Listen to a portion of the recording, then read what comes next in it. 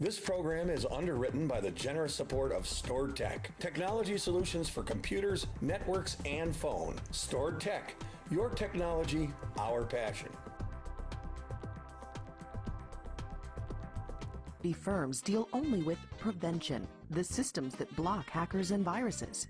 Stored Tech knows the root cause is actually good people doing bad things. So we offer a security training program which includes certifying all participants to show they understand the basics. Technology solutions for computers, networks, and phones. Stored Tech, your technology, our passion.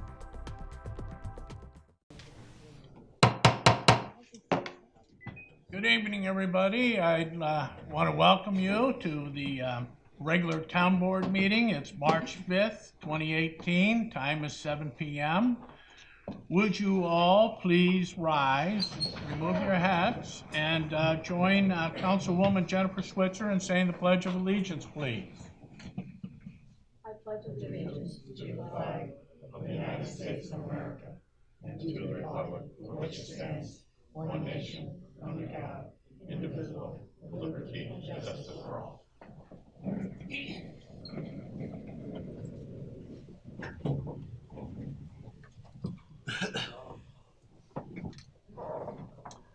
All right, the first item on our agenda is we need to enter into the Board of Health to set a public hearing for a sewage disposal variance application. Is there a motion to move into the Board of Health? I'll move it. Moved by Councilman Medevere, seconded by Councilman Ferone. All those in favor say aye. Aye. It's unanimous. We're now into the Board of Health. The one and only item, is it going to be Karen? Sure. This is a resolution setting public hearing on sewage disposal variance application for Tom and Terry Kubricki. All right, this is to set the public hearing for this sewage disposal variance application by Tom and Terry Kubricki of 89 Pilot Knob Road. What they're asking for is I believe it's a pre-existing system, and since they are going to rebuild this house, it needs to be approved. It's a non-conforming system. In any event, the dry well is 94 feet from the existing well line instead of the required 150-foot setback. The second variance they're asking for is the septic tank is 8.5 feet from the westerly property line instead of the required 10-foot setback. The third variance is a dry well 4 feet from the westerly property line instead of the required 10-foot setback. And the fourth variance, continued use of the dry well, which is 6 foot in diameter and 4 foot deep with an absorption area of 755 feet instead of the minimum required 183 feet of absorption area. Property located on 89 Pilot Knob Road. So that public hearing for this will be March 19th if the town board approves setting the public hearing for March 19th. All right, any questions or thoughts? A motion to set the public hearing?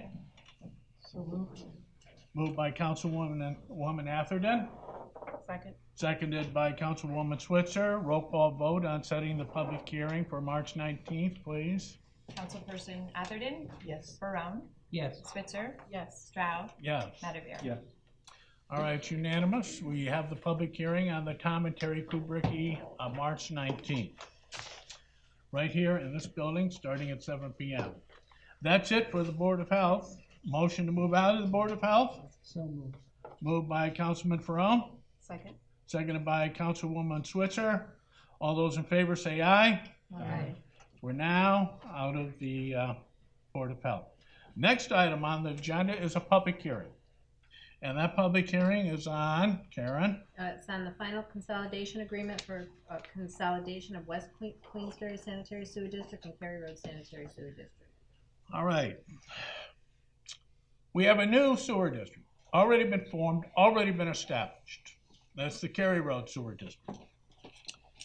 And then we have the West Queensbury Sanitary Sewer District, which is basically the Main Street area. We would like to consolidate both districts. There's a lot of advantages in consolidation, as you probably know. In the New York General Municipal Law, Article 17-A authorizes water and sewer districts to consolidate into combined districts if such combination shall be conducive to the public health, welfare, and convenience, and be of special benefits to the lands of the district. So whereas the West Queensbury Sanitary Sewer District, or the West Queensbury District, was duly established by the Queensbury Town Board in 2011 to serve the West Queensbury area from the city of Glens Falls line at Western and Thomas Streets to the area just past exit 18 of the Adirondack Northway on Corinth Road. And whereas the Cary Road Sanitary Sewer District was duly established by the Town Board in 2016 to serve the Cary Industrial Park and adjacent properties along Corinth Road, Cary Road, Silver Circle, Big Bay Road, and Big Boom Road, and connect to the West Queensbury District at 2 locations, but the improvements have not yet been constructed. And whereas there's potential environmental impacts of both of the West Queensbury District and the Cary Road District were subject to review pursuant to seeker at the time each district was established.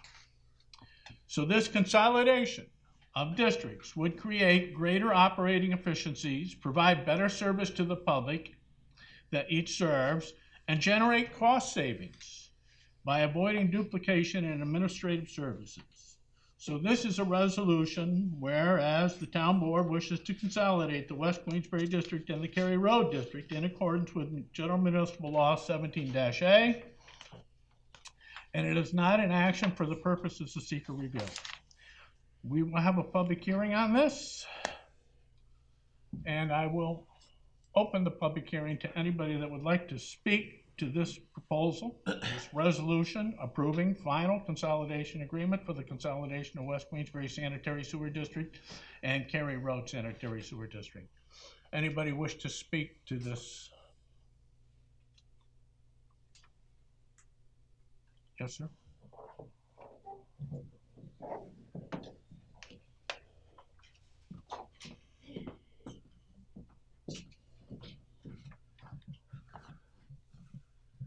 Good evening. For the record, my name is John Salvador.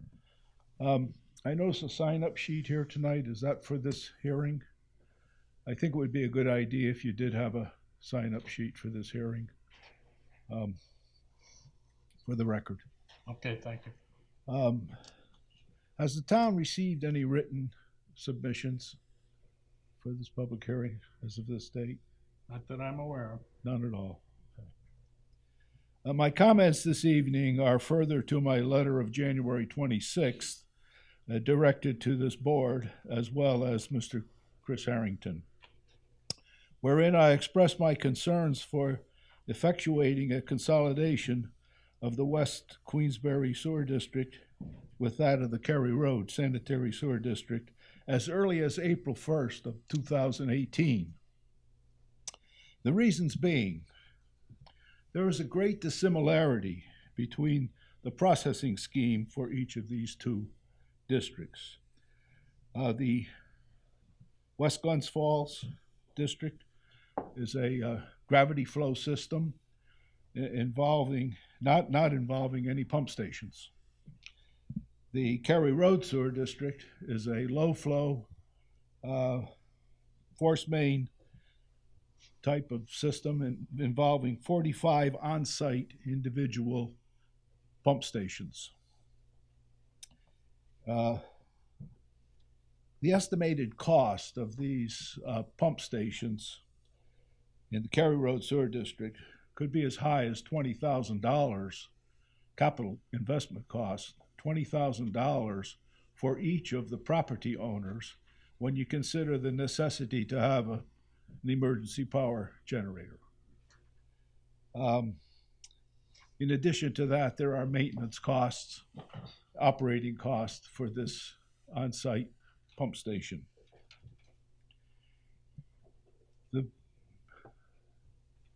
The participants in the West Glens Falls system do not have this burden.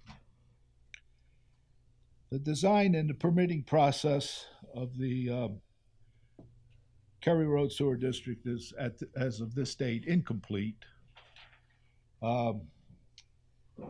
We don't know what the final cost of the project is going to be. Everything in this consolidation agreement is based on estimates for the West Glens Falls, for the Kerry Road Sewer District. And we don't know the relationship between the completion of the Kerry Road Sewer District and the levying of the benefit tax for that district. The agreement, paragraph G on page 3 of the agreement, shows the reasoning for the ability to combine these two source systems. And they list the unit cost for the Kerry Road Sewer District as compared to the unit cost for the West Glens Falls district as being somewhat the same.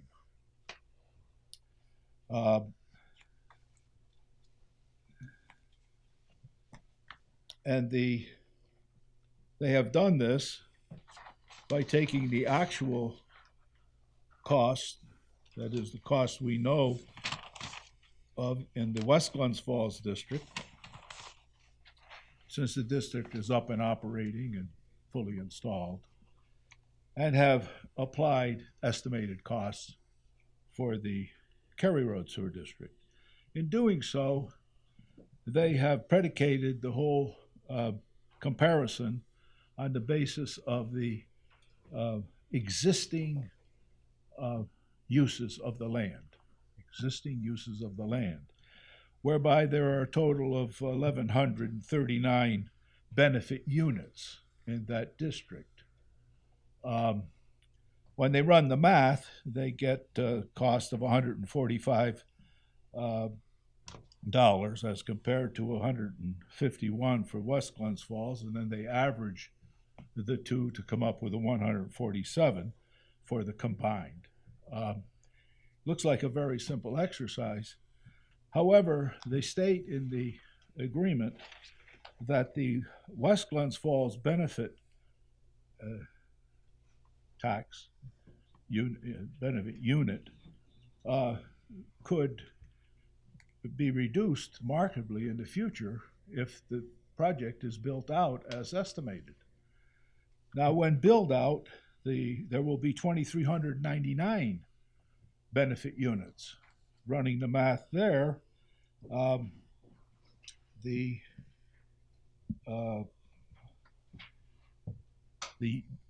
benefit unit tax would only be $75. When you average the $75 with 145 of the West Glens Falls, you come up with a $110 average. This means that all the participants in the consolidated district would then be levied $110 per unit. This would work to benefit to a great deal the West Glens Falls people, to the detriment of those in the Kerry Road Sewer District. Without consolidation, the Kerry Road people would only pay $75 a unit, whereas after consolidation, they would pay $110. Now, this is in addition to the fact that the people in the Kerry Road Sewer District have to bear the cost, the capital cost of their pump station, which could run to $20,000, including emergency power generator. I just don't know if the participants in that district are fully aware of what this consolidation could amount to. They could benefit very highly from the build-out, whereas if it's consolidated, they will not receive the corresponding benefit. Okay, thank you.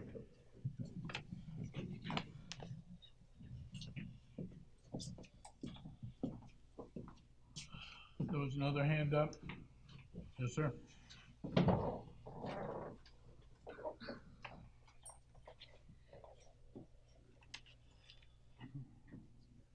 Travis Whitehead.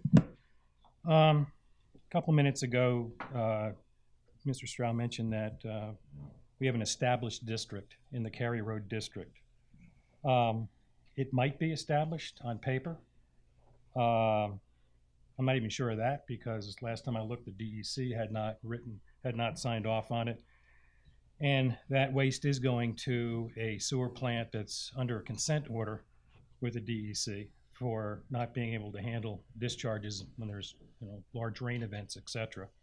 So I'm not even sure that it is established, but I know over the last year you have been working steadily to get in one piece after another to get this to the point where on paper it's approved. But this is the very first time that I can recall over the past year when they set this hearing that the idea of consolidating this district with another district was ever mentioned. And I wonder why over the past year this hadn't been mentioned, because it seems to me like it's a significant event. So my problem here is more with the process, and that if you had some ideas that this was going to happen, it should have been stated a year ago as we were talking and as we were trying to go forward, but it was not. So today it's thrown out there. I don't really know how it could benefit anybody in West Glens Falls. They have already retired about 2/3 of their debt. Why should they see brand new debt from a area across the way thrown at them? I don't know. I would suspect some of the problems are that this new district is not very well established in the fact that the people, the businesses, etc. there, it's largely vacant land, and trying to assess vacant land for an improvement is a real problem. You can't go ahead and assess somebody if it's vacant land, and this is a very short time for payback on this debt. 15 years. West Glens Falls was considerably longer. They're now being adjusted so they end about the same time. I'm not sure if that helps anybody, but if I were an owner there, I would sit on that property, that vacant property, for 15 years, so I wouldn't have to pay these benefit attachments. I mean, I would have to pay a small amount, but for vacant land, it's a very small amount compared to if it were occupied. So I would gain the benefit by letting it sit there fallow, wait it out, sell it, make my profit. I think a lot of these people are speculating on that land out there. The benefit types, I question, it just doesn't, a lot of it doesn't make sense. If you look at some of the assessments, and there are two different tables in the map plan and report that would give an estimate, and these are both estimates, of what individuals would be paying. You've got one guy there with 22 acres of land. He's got some billboards out front, one residential property on it, and he's going to be paying $4,000 a year.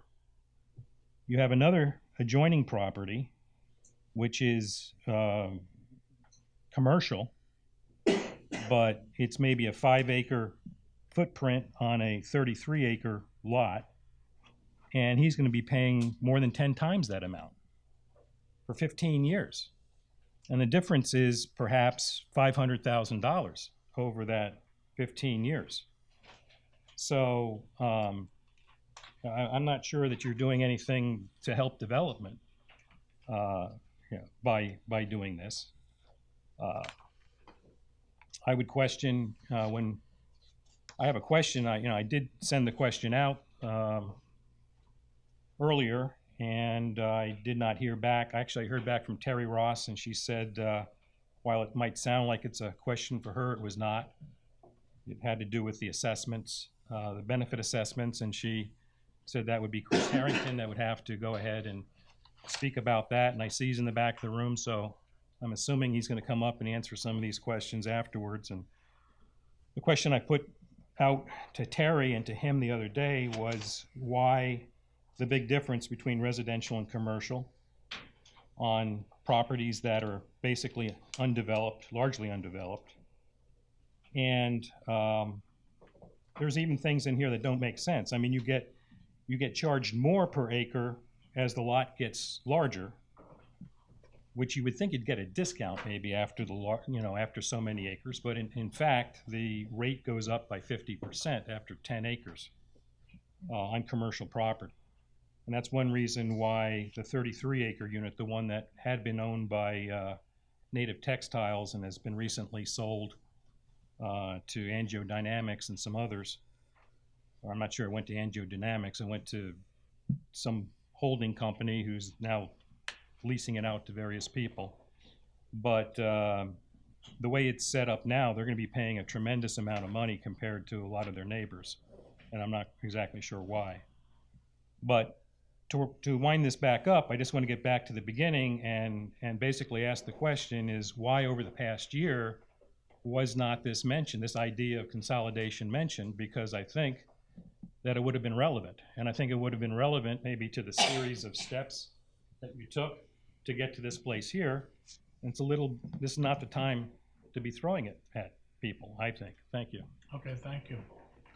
Any other member of the public would like to speak to this proposition before us?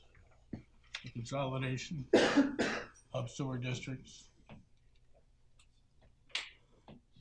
Seeing no member of the public, would Superintendent of Water, Chris Harrington, Director of Wastewater, please come forward? I'll close the public hearing.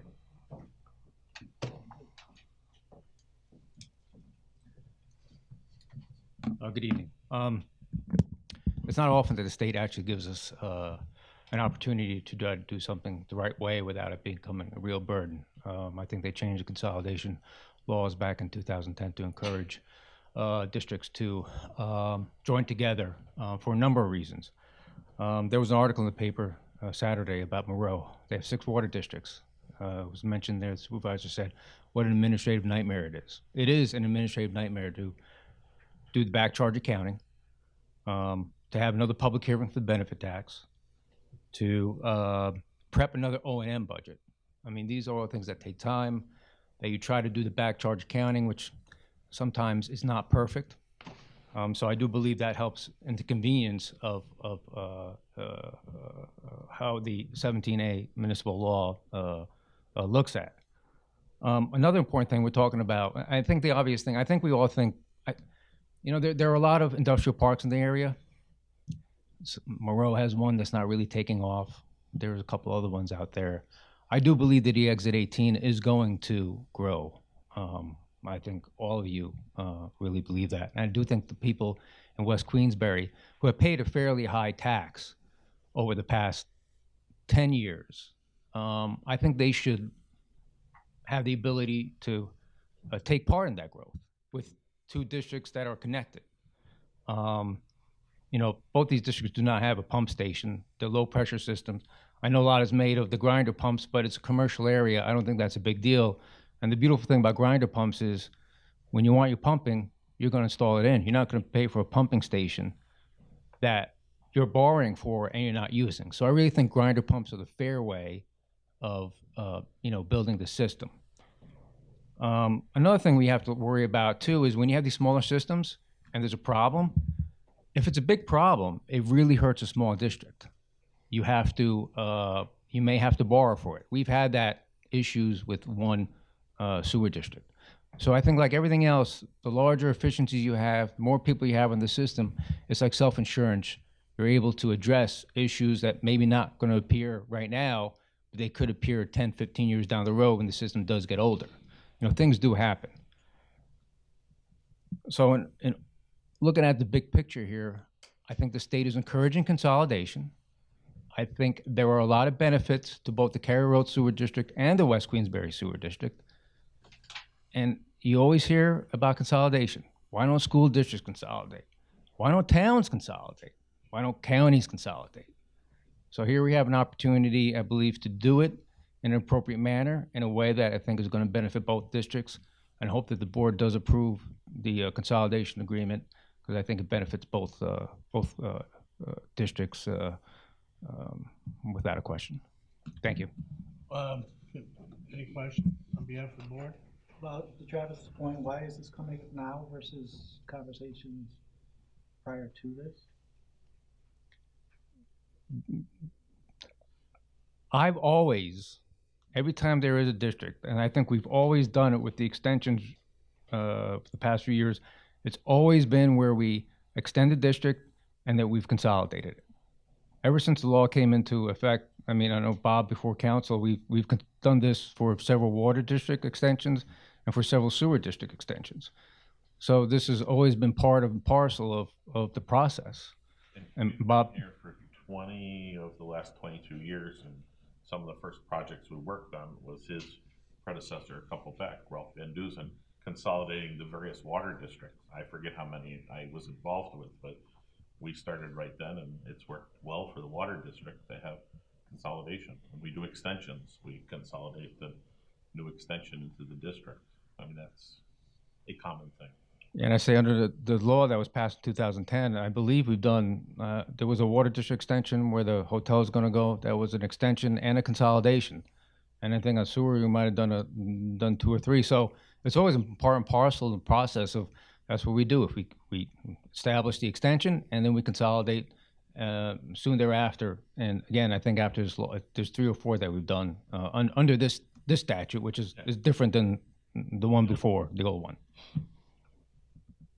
And not only that, but you have 22 acres on Corinth Road, right next to exit 18, that now has sewer.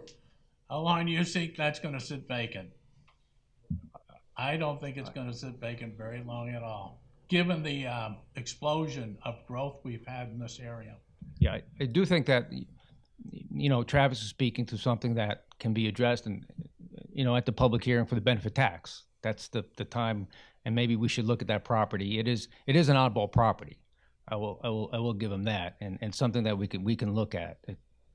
Now the DEC permit, I remember that held us up in the comptroller's office, wanted the DEC approval and go ahead, and we waited a while for that, but we finally got it. Yeah, well, I like to, we always hear about the city and the CSO issues. I mean, everybody up and down the Hudson River has CSO issues. Glens Falls is not unique in that. If there was a real issue, the DEC would have issued a moratorium on building. No more moratorium has been issued. And lastly, the city, I think, has done a really good job at taking care of the consent order. I get alerts all the time about overflows. And ever since Ridge Road was constructed, separating the storm and water, I think I've gotten 1 alert since then. With regards to that, a lot went back and forth with Vinny Spadaro at DEC. And we had to get a letter from the city that said they have enough capacity. The city would not release that letter until DEC said that they were satisfied with the progress the city was making the consent order. So I met CT Mail today. We had a sketch plan. They feel that things are going very well. They don't see any issues. And they even mentioned that getting DEC approval, which is self-certification from the engineer, should not be an issue because it's already gone through several. We've been working this for 5 years. 5 years to put some pipes in the ground.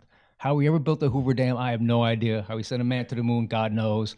But really, this is March of 2013 is when we started this process. So I don't think DEC is going to be any issue because we made it through the comptroller, and the city has asked DEC over and over and over again, and they have not taken any issue with extending a sanitary sewer district.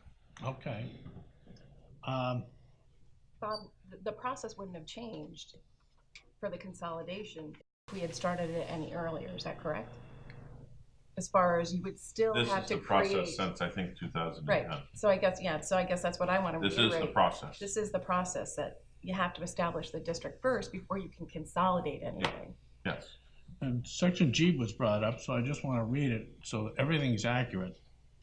The present benefit unit charge for the West Queensbury School District is $145.35 a unit. The anticipated benefit unit charge for the Cary Road District is expected to be $151.51 per unit. The proposed benefit unit change for the consolidated district will be $147 per unit for both sets of properties. This represents a slight increase for the property owners in West Queensbury District and a slight decrease for those in Cary Road District. And according to the map planner report, the West Queensbury District has a substantial amount of possible growth, which would result in substantially more properties sharing in the paying the costs of the consolidated district. If such growth happens, as is expected, the consolidated district would experience a significant decrease in benefit unit charge. That sounds to me like it's all good stuff. I think it's all good stuff. Okay, anything else for Chris? The only other thing that I want to reiterate that Chris brought up is that how the benefit units are assessed is not how you typically assess a property. It's not the same formula and calculation that Terry uses. It's a whole other set of rules and regulations. And again, if there's issues, that can be addressed next fall when we're setting all the budgets for all of these districts. Right, yeah, there's a separate hearing in middle of September for the benefit units. And Travis does point out that one property, that is an oddball. And I'm looking into that. And we can address that before the hearings we have. Anything else for Chris? Or? Thank you, Chris. Okay, thank you. Okay. Any last minute thoughts on behalf of the board? Any motion? I'll move. All right, moved by Councilman Switzer, second. I'll second. Seconded by Councilman Metabeer. Roll call vote on this, please. Karen? Councilperson Switzer, Yes. Stroud, Yes. Medevere, Yes. Atherton, Yes. Arel. Yes. Passes unanimously. Good luck, Sewer District. Okay, next is we have 9 resolutions before us. And I go through and I describe each resolution to you, then I give you an opportunity to speak to it. But because of tonight, I thought it'd be more orderly to have you sign up to speak.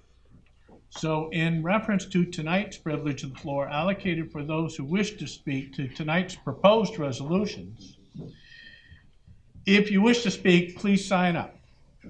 All right, speakers will be allowed to come forward to speak in the order in which they're registered to do so. We welcome public participation, your information and thoughts, but please limit them to 3 minutes. Please address the town board as a body and not to individual board members. Again, privilege of the floor is an opportunity for you to share your information and thoughts. It is not a forum for debate. Please observe the commonly accepted rules of courtesy, decorum, dignity, and good taste. Please avoid repetitive discussions. If you agree with someone who already spoke to this, just say that you agree with that particular person who spoke before. Speech that is offensive, obscene, abusive, threatening, profane, or slanderous will not be permitted. We ask the audience to also abide by the commonly accepted rules of courtesy, decorum, and good taste. Disruptions will not be permitted. Any discussions between audience members should be conducted outside the boardroom. Okay? So I'm going to go through, explain the 9 resolutions before this board tonight, describe them, and then give you an opportunity to speak to them. Now, if you wanted an opportunity to speak to any of the resolutions, again, the sign-up sheet is over on that table. Please sign up before I ask Councilwoman Switzer to go over and grab them, and that's after I get done describing them. Okay?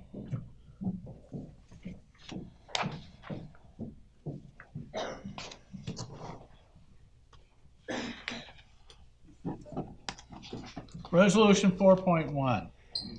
Karen?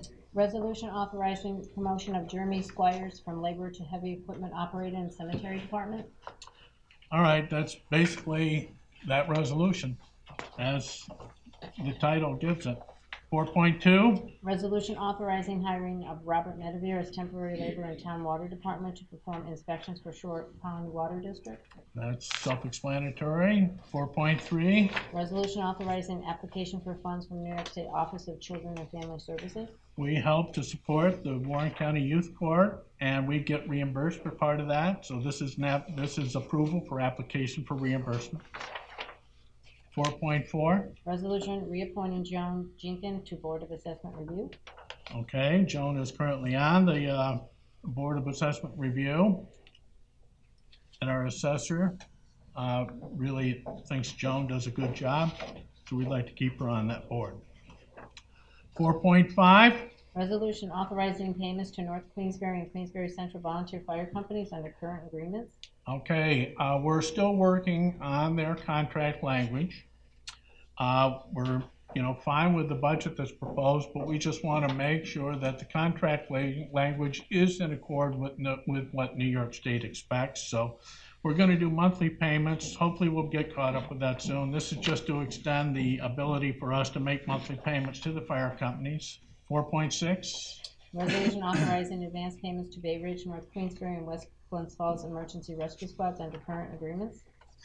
yes, and that is a similar thing. We're still working with the squads to work on their contracts. So until we get those finalized, we'll still give them monthly payments to secure their financial stability. 4.7, Resolution authorizing contract addendum with Solitude Lake Management regarding the 2018 Lake Management and Aquatic Vegetation installation for Glen Lake Aquatic Plant Growth Control District. all right, this is another $900 to make sure that we have all the current names and addresses for people that are downstream of Glen Lake as we go to manage that lake this summer or this spring even. And so that extra $900 is to Solitude Lake Management to assure that the addresses are correct, accurate, and up to date. 4.8, Resolution approving audit of bills March 6, 2018. all right. This is, the bills need to be paid, approved by this board before they get paid, and this is a resolution to approve a warrant with a run date of March 1st, 2018, and a payment date of March 6th, totaling $821,067.77. Resolution 4.9, Resolution authorizing engagement of SPC of Upstate New York, Inc. for provision of dog control services within the town of Queensbury. okay. Well, this is the one I'm sure the majority of you are here to speak to, and that's fine. But we do believe that doing RFPs from time to time is a good thing, and this is an example of that. Let's make some things clear, though.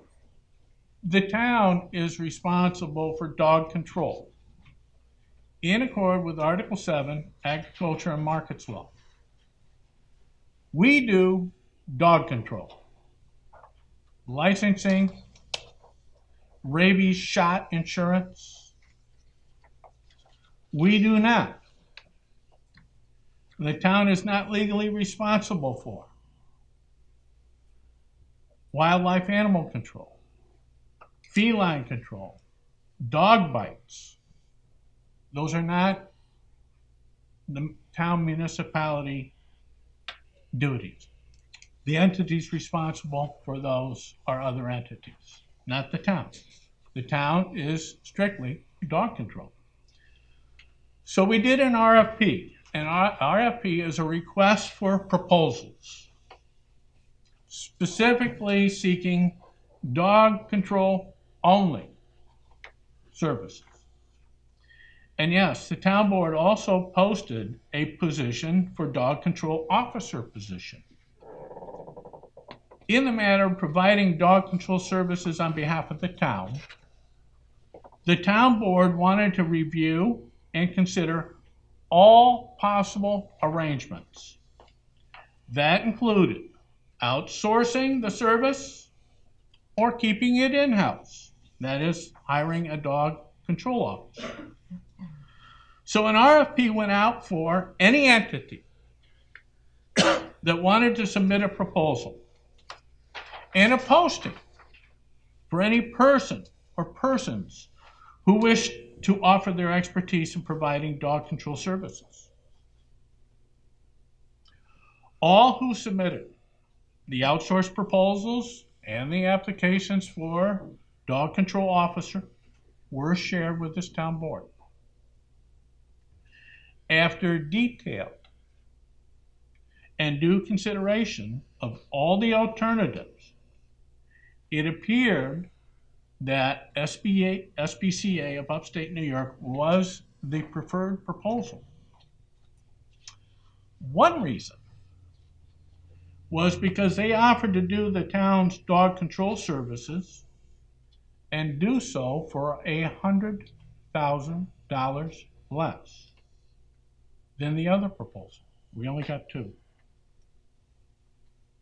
The second reason was because they are well known for providing excellent dog control service.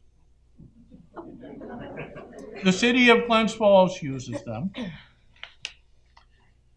and they have used dog control services of SPCA of Upstate New York for the past 2 decades. And both the city clerk, Bob Curtis, and Mayor Dan Hall have spoken highly of the services provided by the SPCA of Upstate New York.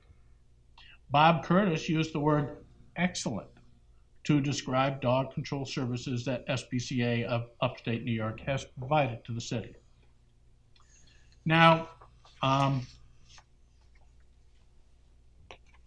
the RFP that went out,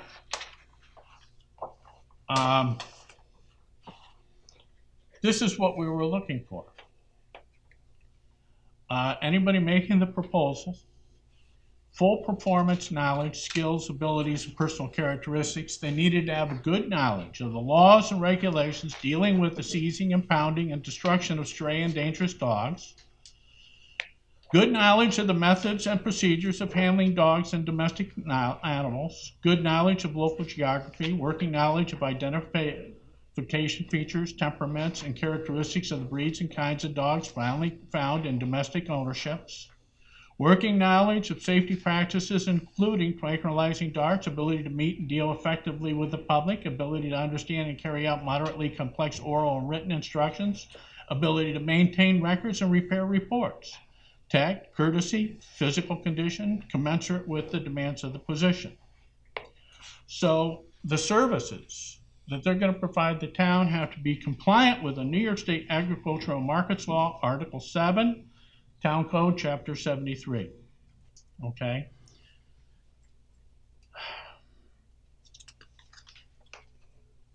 And it goes out to fill what forms they'll be required to fill in and submit and so forth. And so the hours of operations will be Monday through Friday, 8 to 5 p.m. The response will be immediate if necessary.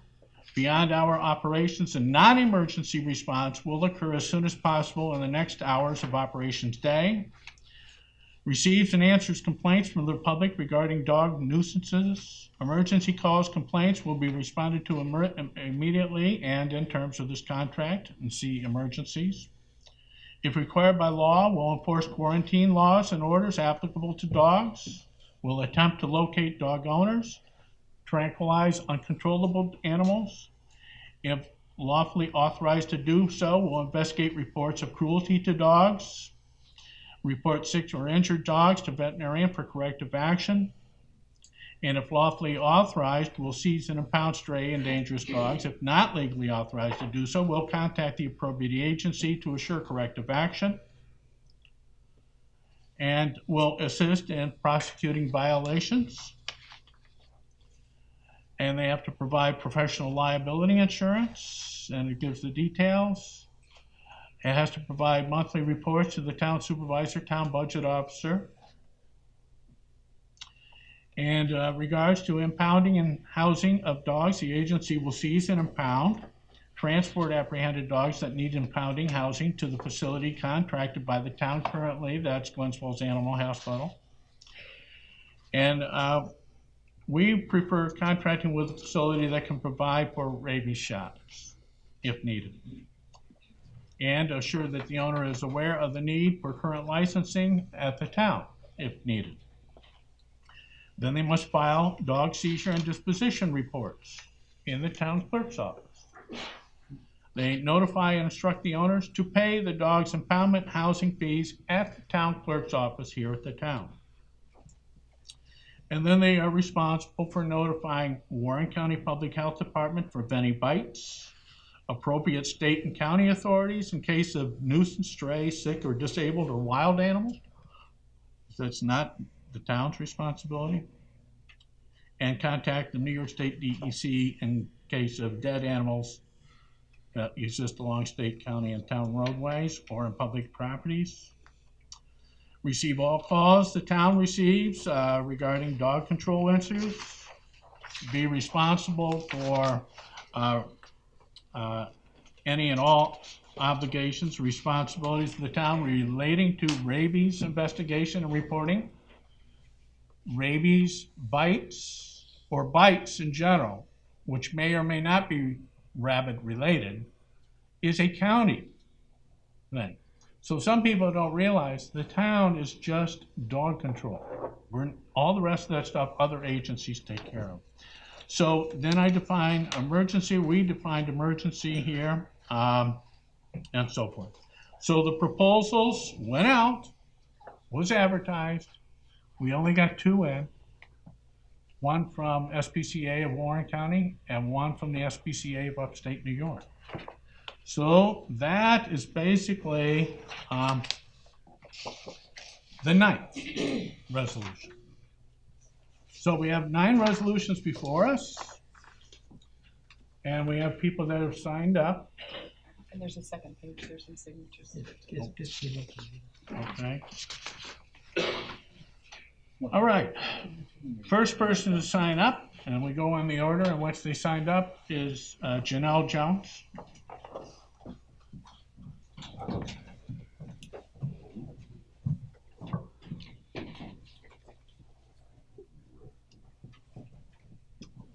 Thank you. My name is Janelle Jones. I'm a Queensbury resident from Ward 1. For disclosure, I do work for public health and I've had experience working with both SPCA agencies. First, I would like to thank the Queensbury Board for going through the RFP process to offer choices for dog control services and for providing a choice for Queensbury taxpayers. In doing so, you potentially save Queensbury taxpayers $100,000 without losing any animal control services. Second, the town of Queensbury is obligated to provide dog control services. All other animal-related services, like Mr. Strauss said, are through other agencies that cover the town of Queensbury, citizens, and animals. Cats are handled by the Warren County SPCA right now through their contract with Warren County. I did review both RFPs that were posted on your website, and I did attend the 2 interviews at the February 15th workshop. I do support the town's decision to enter the contract with SPCA of Upstate New York, an accountable agency with a proven track record for dog control services in several towns over at least 15 years, maybe the 2 decades. I can't justify the difference of $100,000, especially when you've gone from animal control to dog control services in the past. So thank you for letting me share my opinion. Okay, thank you. Patty Heslin.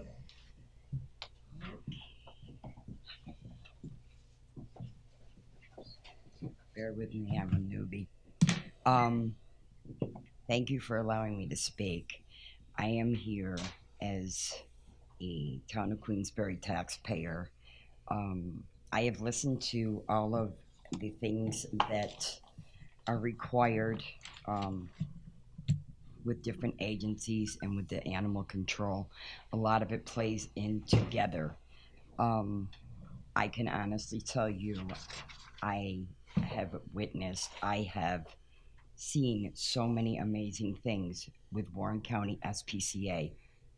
You can't even begin to imagine unless you have had firsthand experience with these people. They do phenomenal work. I have had experience with Upstate SPCA. Animal control as far as cats and felines, my experience has been will call you back. I'm on a waiting list. I've been on it for 10 years for a cat. The cat is now dead. Okay. I get no responses back. They are full. You know, Warren County SPCA saves a lot of money. We get animals adopted out. They are forever rehoming animals that people don't claim that are wandering around the town of Queensbury that will cost a lot more money if animals are biting and running loose. There is no housing up at SPCA in upstate because there are animals being brought in and adopted out for double the fee. The veterinarians in the area, Glens Falls Animal Hospital, works with SPCA, Warren County SPCA, and the fees that they charge for adopting and rehoming animals is minimal. They take a loss. Okay, I understand funding is a big issue, but the work I've called upstate SPCA. I've had animals, pit bulls that have attacked. I get no response. They send Warren County Sheriff to do their job, okay? Or they'll call you back, and then there's no callbacks. I'm not trying to knock anybody because I think anybody that's trying to help with the animals is a wonderful thing. But I am a voice for the animals. And this is about the animals. If you've got to pay a little extra because somebody's doing their job and they're doing a damn good job, it's worth it in the end. I have witnessed dog attacks. I have witnessed Mr. Fitzgerald himself personally taking time of his own and working to train animals so that they don't have to be euthanized, which is going to cost more funding. I really hope that the board takes and thinks about the decision that they're about to make. Okay. The $80,000 that the director gets up there, I don't know what they do up there because you get no response. Okay, thank you, Patty. Okay, thank you. Cynthia Harrigan?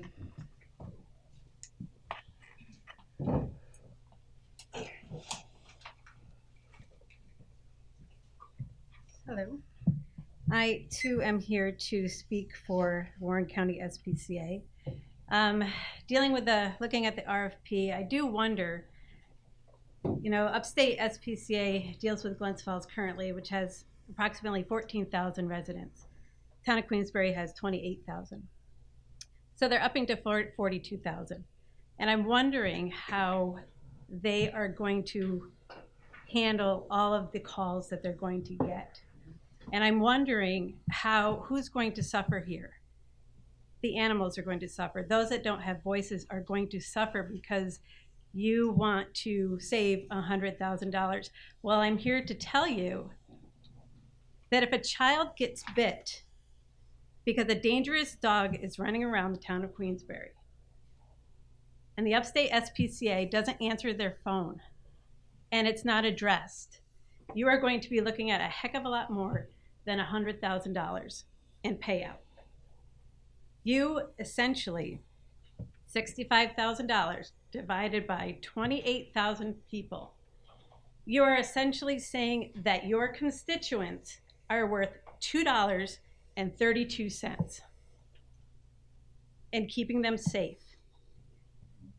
That's what you're breaking it down to, $2.32.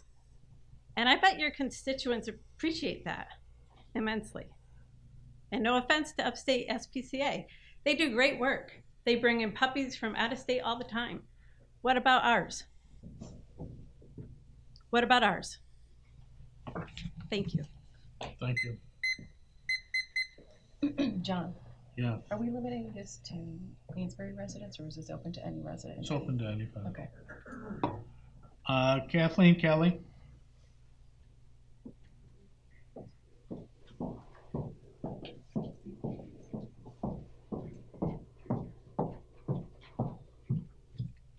Hi, Hi, Kathleen Kelly, Town of Queensbury resident. I've also had a business in the Town of Queensbury for over 20 years, and I volunteer for the Warren County SPCA. And what I want to know is, what about the dogs, the voices that can't speak? What's the plan for unclaimed and abused dogs in Queensbury? Who will rehab these dogs and adopt them out? It takes a lot of time and effort that Warren County SPCA puts into these animals and finds them loving homes. Will they be euthanized? Why is it that you're willing to hire someone who ships puppies here from out of state when we already have an overpopulation issue? Warren County SPCA has a 99% adoption rate for the past 3 years. I've witnessed these adoptions, and it's given the animals an opportunity to be in a loving home. You get what you pay for, and what you got from Warren County SPCA and Jim is prompt, professional, 24-hour, 7 days a week service. He's an asset to the patrol officers, and most important, the animals. We're not talking about bidding out for a roll of toilet paper or paper towels. We're talking about what is in the best interest for Queensbury and animal control. Thank you. Thank you. Trudy Phillips.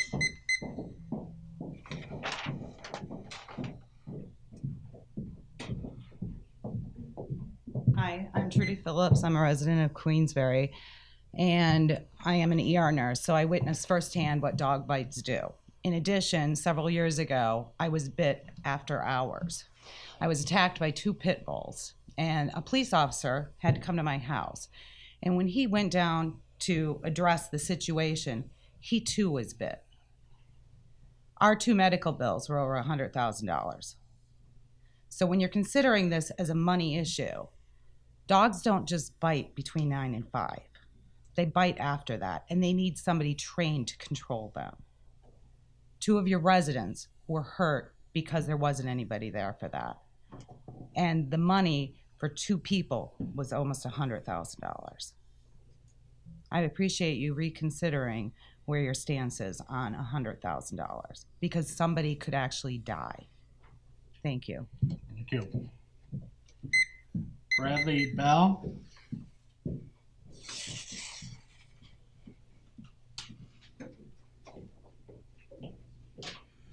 Hello.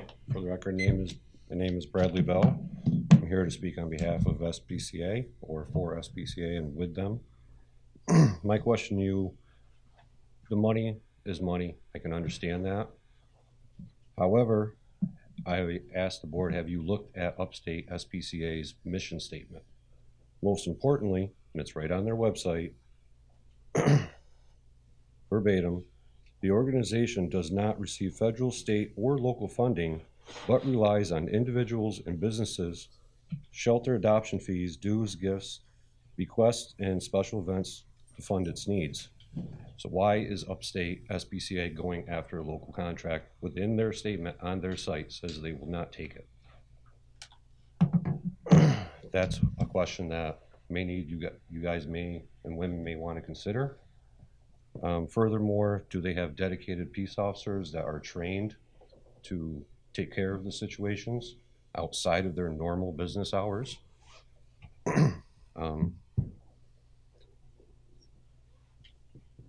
Because not only is the situation to deal with the dogs, cats, other animals, but it could also involve the people as well in that situation. They get a call to go to an animal that's out of control. It could be the animal that's out of control, and it could be the people in that residence as well. Do they have responding vehicles that mark them as being SPCA so that someone shows up with a random vehicle in the driveway? Who knows? I can understand the money aspect very, very much so, but it is what cost is it going to be to the residents of Queensbury? That's all. Okay, thank you. Thank you much. Kat Griffin.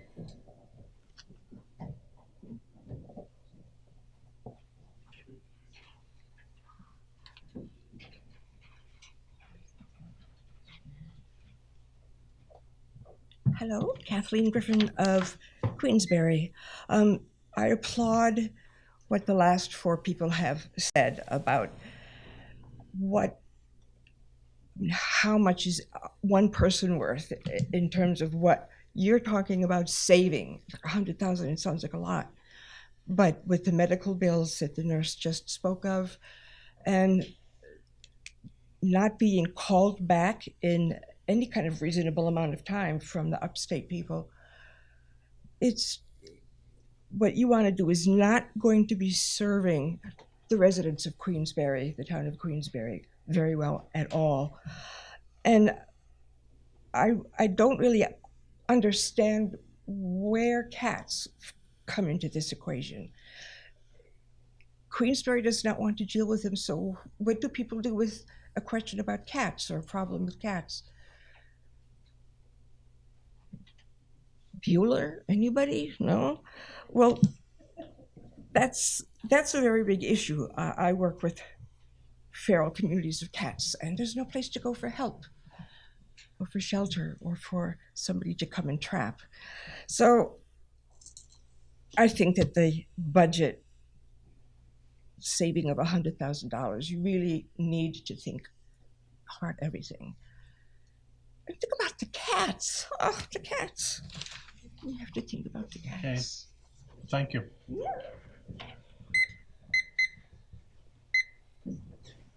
Ken? Lonzo?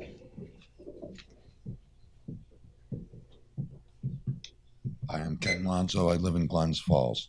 I just want to share a story, a personal story.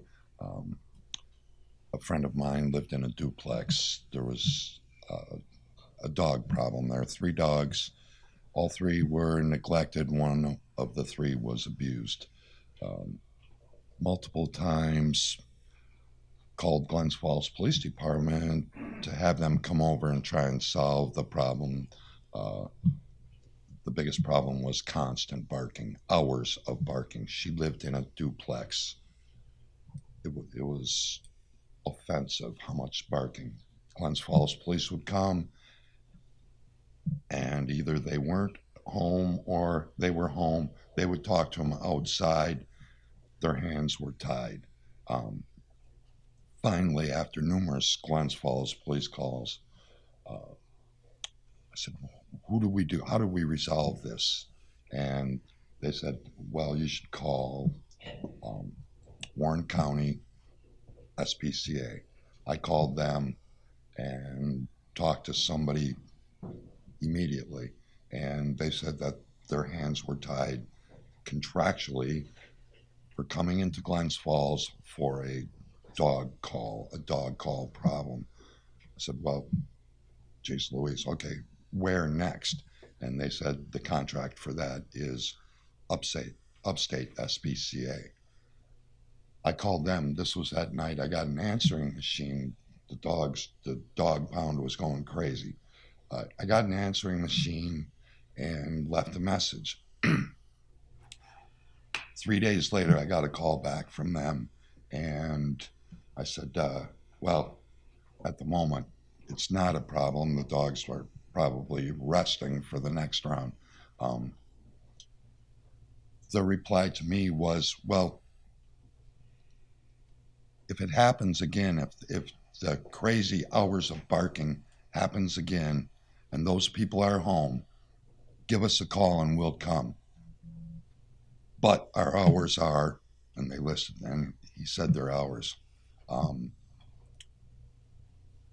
Not a happy ending to that. I believe them dogs are still in that house. One of the 3 is in a crate, 24/7. PPAD, I mean, it's bad. And nobody seems to be able to do anything about it. There was never a follow-up. My statement to you guys is, be smart about what you're buying. Thank you. Okay, thank you. Robin Barkenhagen? Hi, Robin Barkenhagen, Glens Falls resident, but a member of the board of the Warren County SPCA. I became aware of the 2 different SPCAs after the incident on Maple Street, where Upstate had been called in but didn't respond, and Warren County SPCA had to come in and take care of the situation. I didn't know there was a difference. I didn't know there was two. Since then, I've studied more, and I have been asked to join the board. I just want to talk today about the integrity of Warren County SPCA and the board. I walked in there, I was shocked. There's Democrats, there's Republicans, and now there's a Green. And no one talked about politics, no one talked about anything but animals and how we can best serve the animals. I know about the contracts. They've asked me to be their PR spokesman from here on forward. And I'm learning more and more about how the operation works. But the one thing I can tell you is when they're called, they come. And you can ask Bud York that, because he said that to the Warren County board when it was a few weeks ago, actually a couple months ago, that this came up, and we renewed the contract for the next 6 months. When we're called, we show up. Doesn't matter when, it doesn't matter why. We're going to be there, and we're going to solve the problem. So I just want to, I hope you guys can reconsider this, and maybe, I understand $100,000 is a big difference, and we do have the contract now. Maybe you can reconsider and give us a chance to renegotiate this. But thank you very much. All right, thank you. Jim Fitzgerald.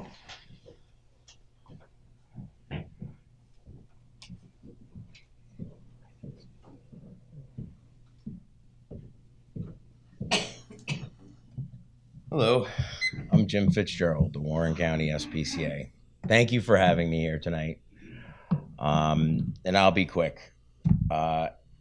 If this is my final bow out, it has been an absolute pleasure. This town is something amazing. And what I'm mostly proud of is the progress we made with law enforcement, consolidating efforts with other towns, and to the point where we consolidated so much with law enforcement that it steps our response up. And having full oversight by Under Sheriff Lamry and Sheriff York has stepped up our game completely. And I can tell you it's not easy. They expect everything from minute one to minute end. They want their answers. And it really is something else when you have the oversight of professionals like that from the Warren County Sheriff's Department.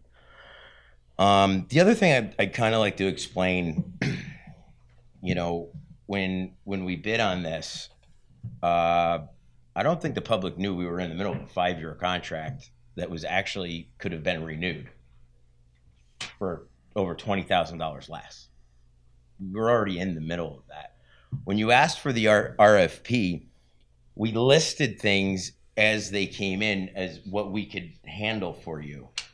When you see a company quote, you know, 160,000, or and then another one quote 60,000, there's something you got to look at business wise and say, well, is it because they can't do, or they can only do 25% of what this actual business can do?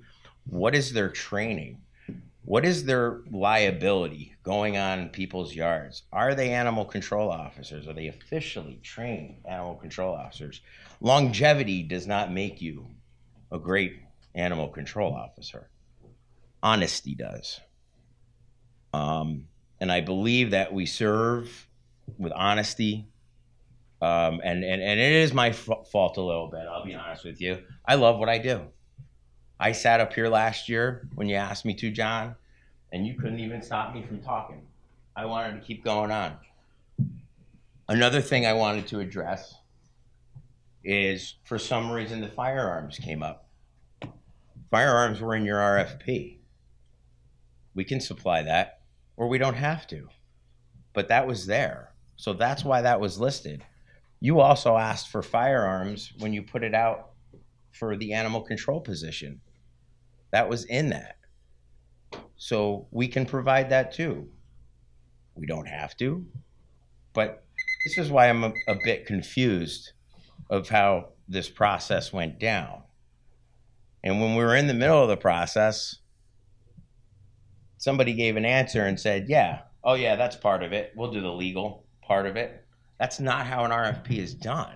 It's laid out. So thank you for having me up here.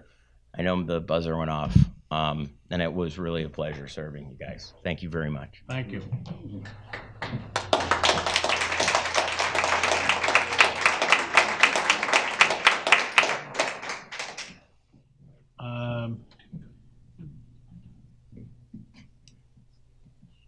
Jonathan? Shaw, my handwriting's 11. SCHO. PF. All right, please go ahead. Good evening, members of the board. I'm the attorney for the Warren County SPCA. And I was here tonight and I was going to speak about the bid process and the possible violations of the general municipal law that we think may have been done there. But after hearing so many people in the public talk about their experiences with Warren County SPCA tonight, I'm not going to talk about that. I represent the bulk of animal rescues, SPCA type organizations in the Capital District, some quite beyond the Capital District. I'm known throughout New York State as the animal attorney. It's what I do. It's been my pleasure to work with the Warren County SPCA for about 2 years. I've been so impressed with the program that Jim and his team have put together. It is a model program for any animal control agency in the country. I use the processes and procedures they've developed. I try to impart those on my other clients because they're so good. They're so effective for the public. A program that is effective with animal control needs to have training, skills, and most importantly, dedication. All of those items are things that Jim and his team bring to the table every single day, 24/7.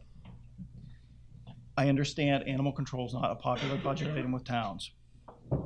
Frankly, you'd probably rather spend $6 a year than $60,000. But you have to understand, in the hundreds and hundreds of cases that I've handled personally involving animals, and most importantly, their owners, or people that are victims of animal bites, it's extremely, incredibly important to the person in that moment when they're in court, when they're accused of something. We want to have good due process, good investigations. On the other side, you want to have that for the victim of that bite. Seamless, professional approach to this is so important, and that's something that Warren County brings to the table. I can't emphasize it enough. Dog bites, injuries from those bites, especially to children, affect people for a lifetime. As so many people have mentioned tonight, $100,000 doesn't come close. I would also point out in the RFP from Upstate, it's not just $65,000. It's an additional $100 per call. Warren County SPCA, I think about 34-36% of their calls are after hours. At the $100 a pop for Upstate, which doesn't come into account of any hourly rate, that's probably an additional amount of money that brings the total cost of this contract up close to over $100,000, $120,000. So those are other factors to consider here. Thank you. All right, thank you. Thomas something or other.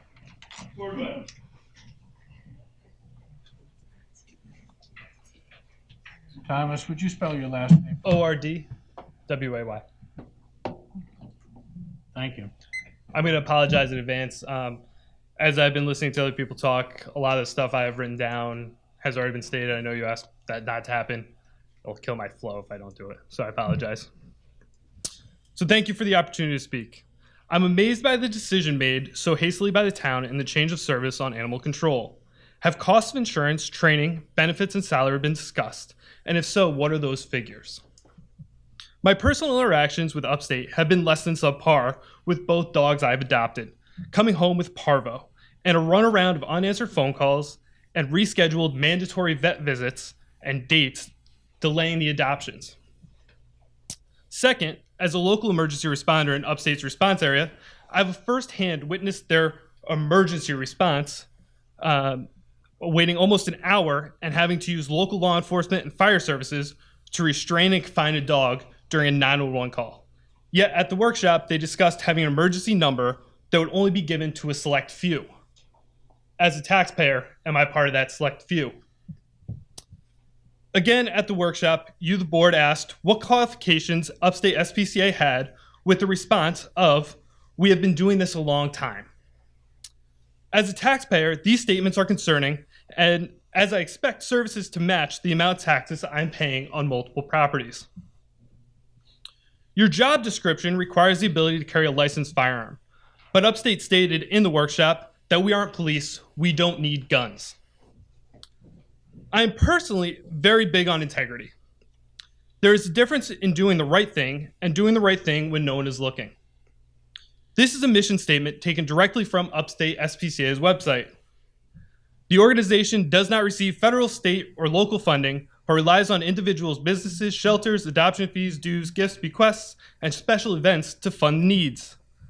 When in full well, they already contract with the city of Glens Falls and now are proposing the town of Queensbury. How can an agency who will have to testify in the court of law blatantly deceive those who donate in good faith? My final question is, why has this not gone to a public vote? With such a large amount of money and the public safety at risk, shouldn't this be the decision of the taxpayer and not just the board? In the end, as you do with your attorney, Mr. Strauss, you get what you pay for. Thank you.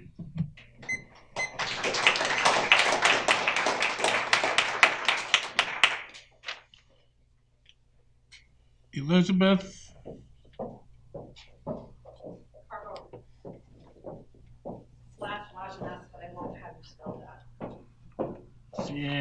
Carbone. Okay, go ahead. Thank you. Thank you for having me this evening. I'm also a Queensbury resident, and I am also the owner of Dog Logic LLC.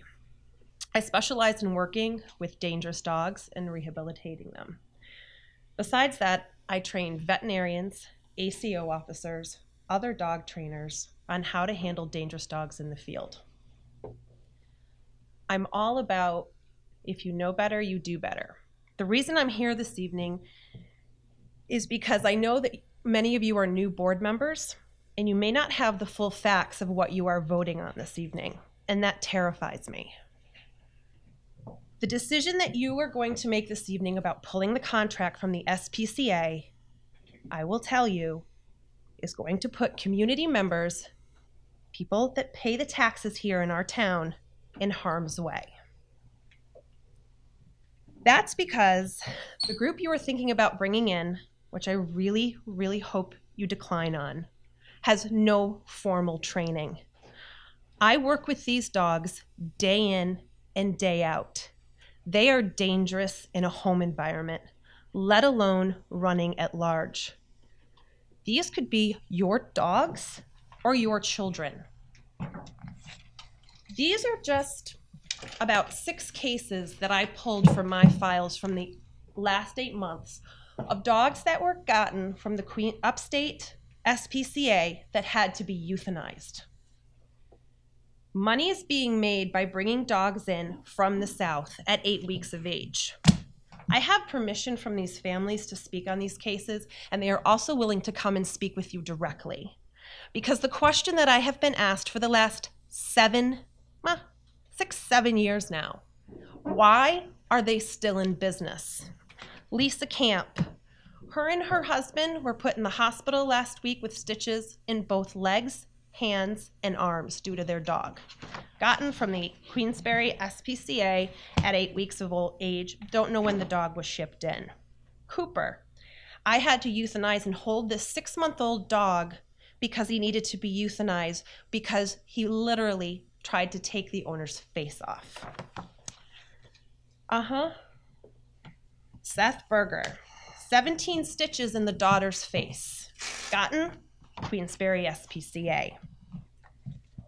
Melissa Fallon, this is a very sad email. She couldn't get the help that she needed.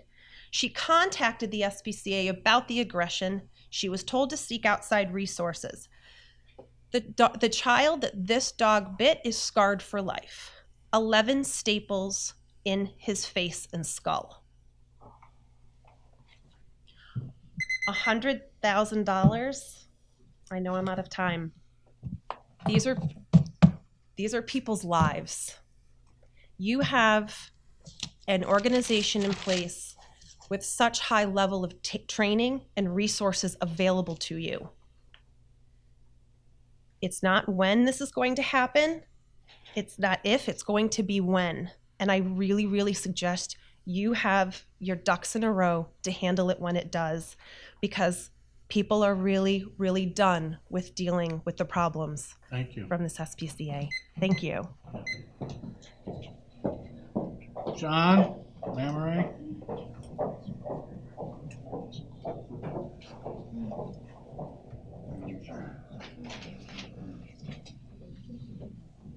Good evening. Sean Lamoureux, Under Sheriff, Warren County. I'm in my 30th year of law enforcement, and back when I was a patrol officer, quite often I had to deal with dangerous dogs, loose dogs, all types of animal complaints. And the one thing I can tell you that depending on which town you were in, often you got a different response depending who the ACO or the dog control officer was. As time has gone on, we're very fortunate that we have the Warren County SPCA. Their contract as a vendor for the County of Warren was put under the Sheriff's Office about a year ago. I can tell you that these people, bar none, are some of the best professionals that we've worked with. I can give you stories about other ACOs, other dog control officers in other townships that don't come out, they don't respond to their citizens. These people always come out. I've been there.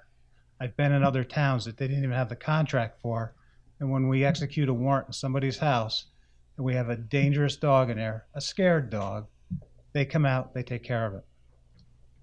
I'm not going to speak to how much it cost, but I'm also a resident of the town of Queensbury, and I'm also a dog owner and a dog lover.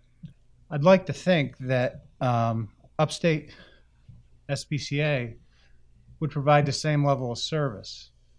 But I can tell you, as the person who supervises our communication center for the county, that that's not the case. There have been occasions when they do not come out. They do not respond for service. They gave you their hours. I believe you said it's 8 to 5. What happens when it's 7 o'clock at night? They don't come out. Who's going to handle those calls for service? Because I can tell you, police officers are not the people that should be taking those calls. They're not equipped. They don't have the equipment. They don't have the training. Warren County SPCA is a highly trained group of professionals that come out any hour of the day when we need them. There was a case up north in one of our northern towns where they had a neglect case of a bull. They spent their own money to rent a U-Haul truck so they could haul that bull and get it down to where it could get help. I'm really concerned that if this is based on dollars alone, we all realize how much $100,000 are, but please look at all aspects of it. And Sheriff York feels the same. Thank you. Thank you. Last person, Rachel Sieber. Thank you. I'm sure tonight, this is probably the last place a lot of people want to be. I can speak for myself that I clearly would rather be 100 other places. But if you look at the room, it's packed. And coming to the board meetings over the last 4 years, I don't remember the last time this room was this packed. And yes, I'm FaceTime living. You have hundreds of people watching a live stream. You have 26 at the moment interacting with questions. They're concerned about this contract. But frankly, you just heard our undersheriff talk about the need for the assistance with law enforcement. According to the National Center for Victims of Crime, every 1.2 seconds, someone becomes a victim. And in that number, we do capture animal abuse, domestic violence. You're sending officers right now with the Warren County SPCA who are trained to respond, but you're sending them into some of the most dangerous situations that you possibly could. Ask any member of law enforcement that is here tonight. And yet you're going to change this contract. I guess my question becomes, what is the town responsible if someone is hurt?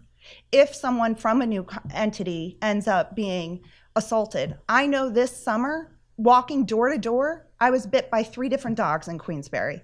We have an issue, and we have an entity that's able to respond, and they're compassionate and they're professional, and frankly, we've heard a lot about dollars and cents tonight, but let me bring up a very friendly reminder.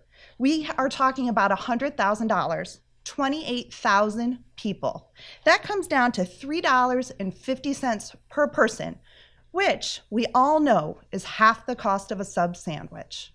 So I'm going to ask you tonight, as we start to talk about consolidation, you heard from your own water department director who stood here and said for years you've been trying to consolidate.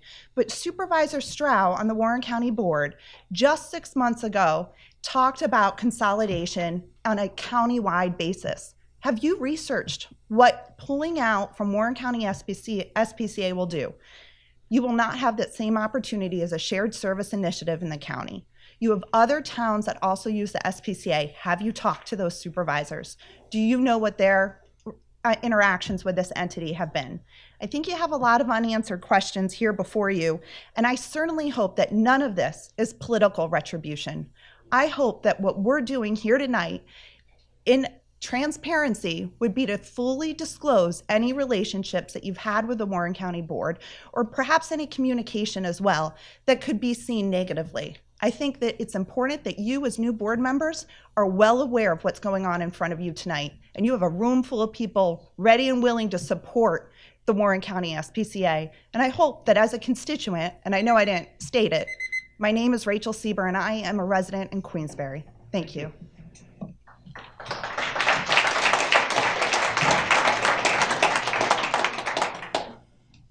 Mr. Strout, Supervisor Strout, if you don't mind. I did not get a chance to sign, but I think I have a few things I can add that are slightly different from what's been said before. Come forward, please. Thank you.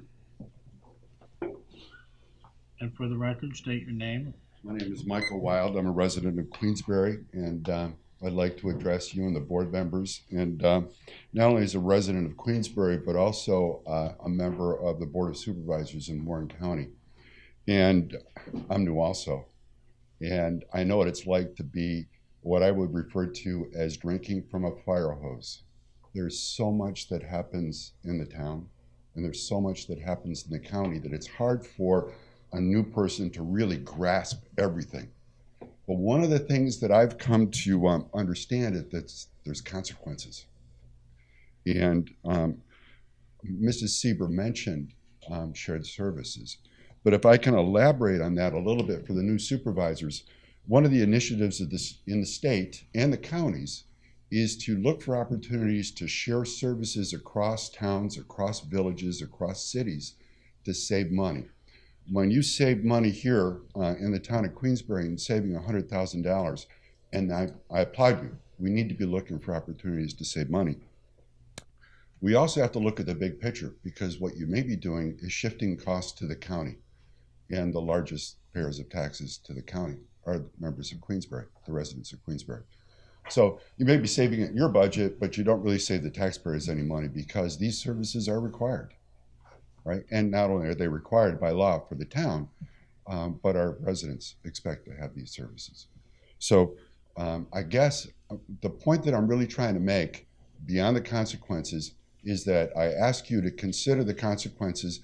If you need to move forward in a short-term contract, maybe 3 months, so we can take a look at how the services are, what's missing, and whether there's opportunities with other towns, villages, cities within the county, and that the county could help share some of these services and save us all some money.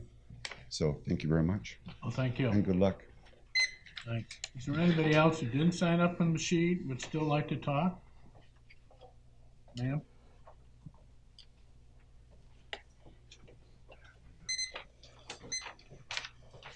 Hi, my name is Jamie Roberts. I'm a Queensbury resident. I'd like to speak to the lack of training within the upstate SPCA. I received a dog from there about 2 years ago, who I was informed would be around 30 pounds, very docile, very friendly to children. She was going to be living with my 3 younger cousins, who were at the time 10, 12, and 14. She was an aggressive dog, and my family's dropped well over $1,000 to try and control the temper problem that she had when we got her. She's now 75 pounds, well over the 30 that was told to us. And she's nowhere close to the breed that we were informed of. These people don't know the animals that they are working with. And to put the safety of Queensbury residents in their hands is an injustice and a negligence to us. My little cousins could have been hurt. My grandparents could have been hurt. And we were lucky enough that they weren't. And we were fortunate enough that we were able to spend the money to adjust her attitude and to get that dog under control. Things could have turned out so much differently, and they have for so many people.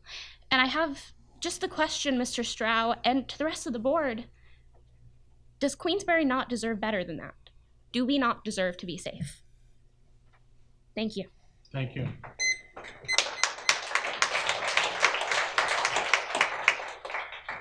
Anybody else? Last call.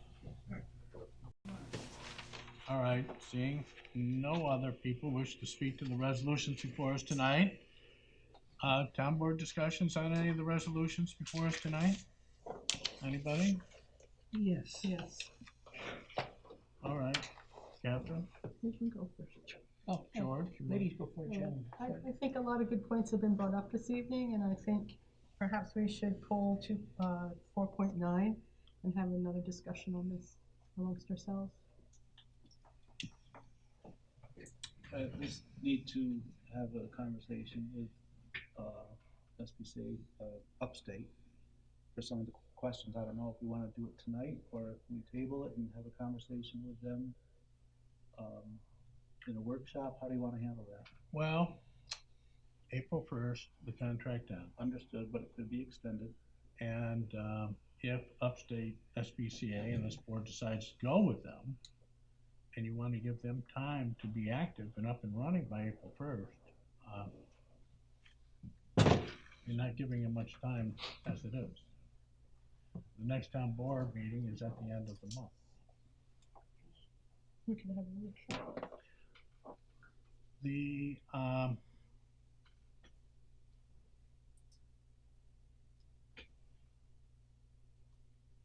Don't we have one on? we do, it's loaded. But let's just have a conversation. Mhm. George, you had a few things to say too. I do, yeah, and had a sheet load of things, but a lot of folks have mentioned a lot of it already, so I'm not gonna repeat it. I was just looking at this from an analytical position, and I think Ms. Harrington and Ms. Sieber kind of touched on this a little bit, that, you know, Glens Falls has a geographical area about 3.9 square miles, and somebody mentioned a population of about 15,000. Queensbury has 64.81 square miles and a population of 28,000. I believe there was some documentation that also said that last year in 2017, we had about 700 dog calls. So even the night of the workshop, I did have some concerns about SPCA of Upstate relative to their resources. I mean, we've heard that they're doing a great job in Glens Falls, but maybe they're capable of doing a great job in 3.9 miles. I don't know if maybe they're overextending themselves for Queensbury. So I did have some concerns.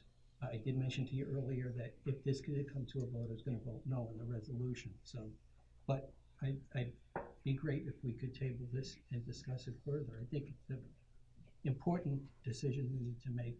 We need to make it right now. Well, I think it's important too, and let's keep in mind that we put the RFP out in January, that we had a workshop, we had an interview, and that was some weeks ago for due deliberation.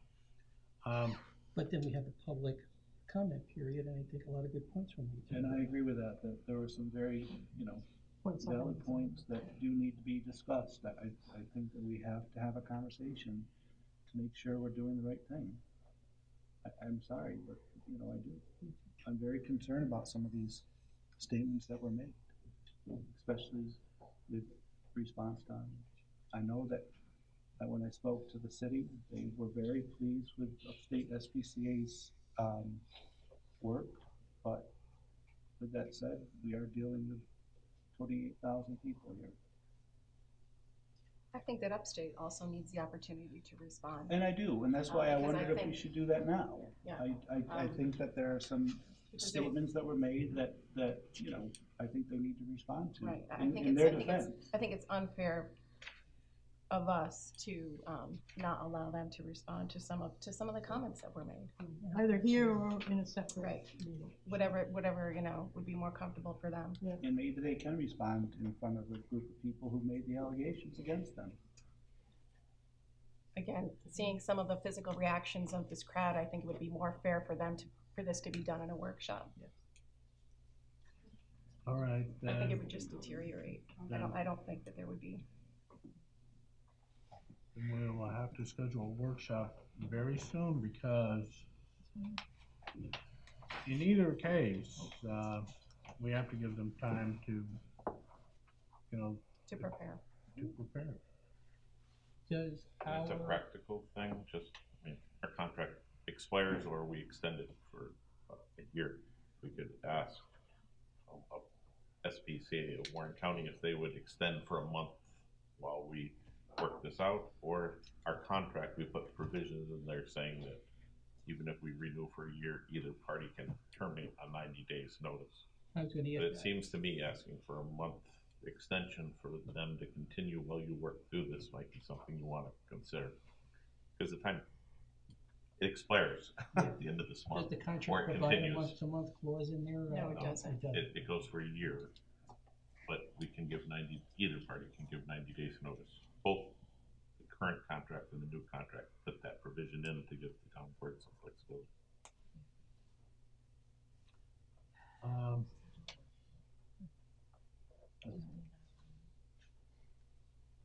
Do you wanna move 4.8, 4.1 to 8 and leave this aside?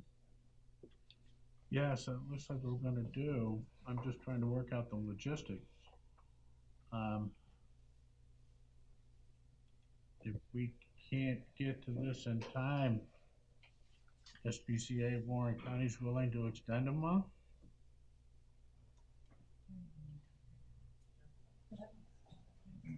I'd say if the town wants to submit us a written proposal, we'll certainly consider it. All right. So you're not willing just tonight to say you'll extend for 1 month on the current terms? So after that'd be a board decision from the board, and I think we have to do the entire board for consideration. I think we should have time. We will have time to be able to address this. Which does meet tomorrow. Yeah, I think so too. We might have time without extending, if we can get in. Okay. And then vote on the next So, board meeting. so why don't we Well, the next board figure out? meeting would be too late. I think we'll have to vote on it on the workshop. So we could figure out when we could meet next, and then Yes. if necessary, we can We don't have contact to- them. we don't have to and do that figure right out. now. And in the Right. meantime, I would love to hear from Warren County Board of Supervisors, because my understanding was that you were also putting these services out for an RFP. So if we're talking about consolidation shared services, I'd really like to know if that's the case and what the timeline is, because my understanding was that you were also looking to put this out for an RFP. It's gonna take some time for all of that to come together, but I can put you in touch with, the Judy, or Julie, I'm sorry, yeah. Yeah, we can definitely have those conversations, and we can try to arrange some things for even tomorrow, for that matter. Because again, as residents of Warren County are also paying $100,000 through the contract with Warren County SPCA in Warren County. So $265,000 is a lot of money for Queensbury residents. No. Your math. You're gonna pull resolution 4.9? 200, if you live in Warren County, there's a $100,000 contract that county residents are paying, correct? Well, let me clarify. Supervisor, can I answer that, please? Cats, Warren County, SPCA of Warren County has a contract with Warren County for cat feline control. They extended that for 6 months with the intent to do an RFP, but it's cats. So somebody brought up cats, and that is not a town responsibility. That is really not even a county's responsibility. It's a gray area, okay?